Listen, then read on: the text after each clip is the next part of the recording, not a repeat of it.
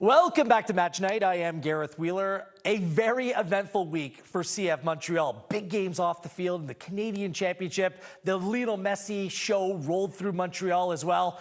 And turbulence off it with sporting director Olivier Renard stepping away from the club and the organization. Joining us to break it down much more in depth, he is the voice of Montreal sports, at Tony Marinaro, host of the Sick podcast, and he's joining us right here on One Soccer. Tony, one of the good guys in this industry, you were the guy that broke this story from the outset. Did it really all play out with Renard stepping away from this organization because of a contract dispute or not being aligned in how to approach Mathieu Choinière in a potential extension?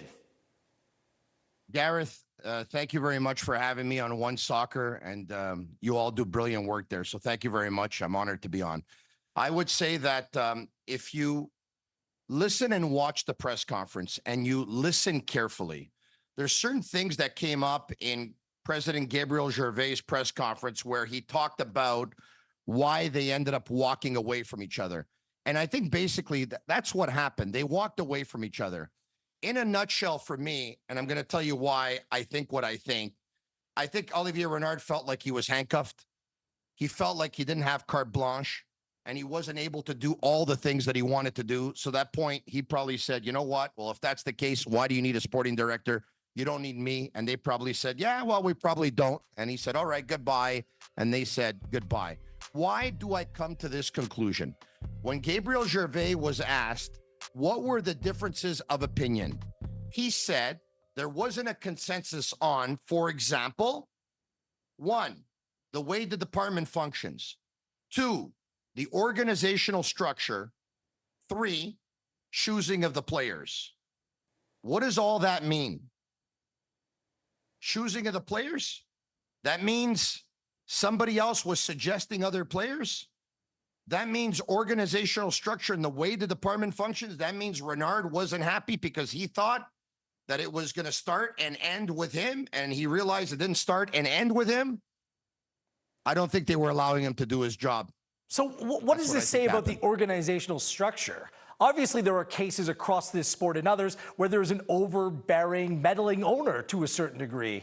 Tony, this is nothing new, and clearly Olivier would have known the situation he was getting into and being very familiar with the club during his duration with it as well. So is this just a case of enough is enough, or does this suggest something else about the organizational structure? Look, it's something that Olivier Renard knew going in, that the owner of CF Montreal is very involved with a lot of decisions. But I think what happened was when he started, he probably had a little bit more say on things. And as time went on, he started to have less and less say on things. You know, I asked Gabriel Gervais, I said, Gabe, for the benefit of the fans watching and the benefit of the fans listening, can you paint a picture as to what the chain of command is? And he said something to this effect. He said, well, the sporting director wants to either acquire a player or sign a player. From there, it goes on to him, Gabriel Gervais, the president. Gabriel then presents it to the board, to the committee, which is made up of Joey Saputo, his brother Lino Saputo, his dad Lino Sr., and maybe 1 or 2 other members. The board then gets back to President Gabriel Gervais, who then goes back to the sporting director. But in the end, it's the president that has the final say.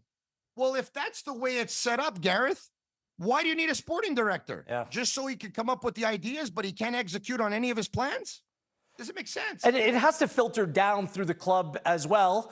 I mean, there were issues that saw Wilfred Nancy leave the club and then go on and win MLS Cup with Columbus Crew. What's Laurent Courtois, who looks to be another real promising manager for this club? Where does this leave him right now? Well, I think the first thing is that he's lost a very important ally in the club in Olivier Renard, who was ultimately the guy who really, really wanted Laurent Courtois to be the next head coach of CF Montreal.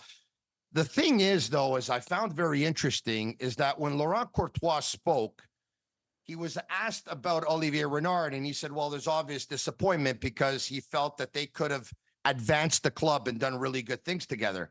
But at one point, he thanked Olivier Renard Vasily Kremenzitis, who's Olivier's assistant, and Luca Saputo for convincing him to come to Montreal and for allowing him to be CF Montreal's coach. Now, hold on a second here.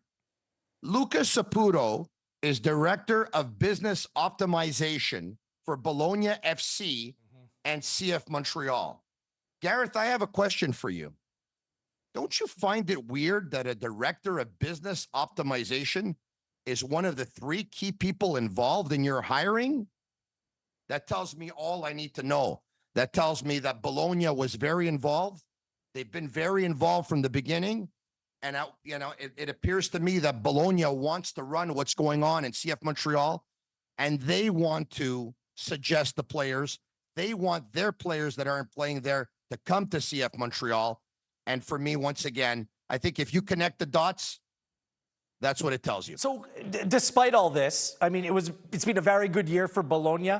And CF Montreal, despite this turbulence and the lack of spending at times, continues to punch above their weight, Tony. Like, oftentimes, the talent allocation, both on and off the field, is very good by this club. So where do they go from here?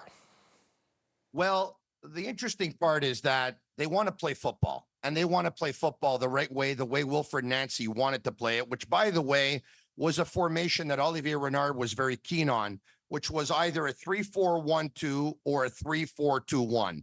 Playing out of the back, even if it costs you some goals, keeping the ball on the floor, trying to maintain possession of the ball. And you see, of course, how much success Wilfred Nancy had, even with Montreal when he finished second in the East and third in the league, and then went on to win, of course, like you said, the MLS Cup with the Columbus Crew.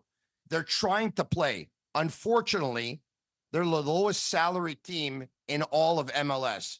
And on some nights, the lowest salary teams is going to beat other teams. But at the end of the day, they're just going to come up a little bit short on talent. So he's got them playing the right way. I think he's a good educator. I think he has a lot to grow in terms of being a game manager. They've had several leads lost this year. Yes, it comes down to maybe not having as much depth as other teams, but a little bit of experience as well. This is the highest level that he's coached at. They play an attractive brand of soccer, but for me, it feels like it's starting to become a very tough sell. What are you telling your fan base? We're going to give the kids from the province of Quebec an opportunity? I think that's absolutely fantastic, and I think it's great.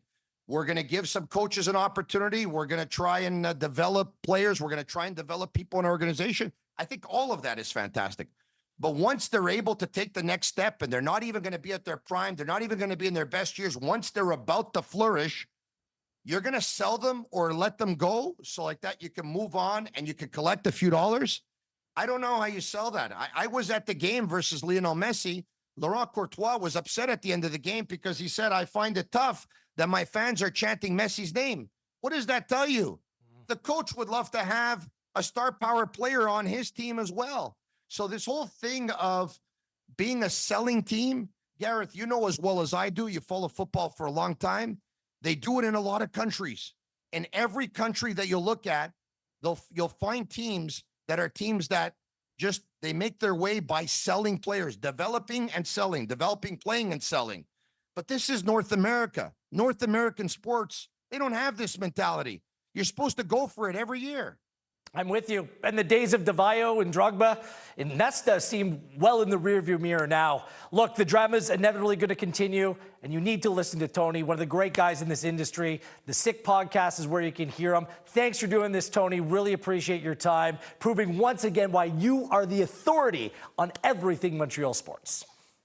I should hire you to be my agent. Thank you, Gareth. It was my honor to do this tonight. Thank you. Thanks, Tony. Thank you.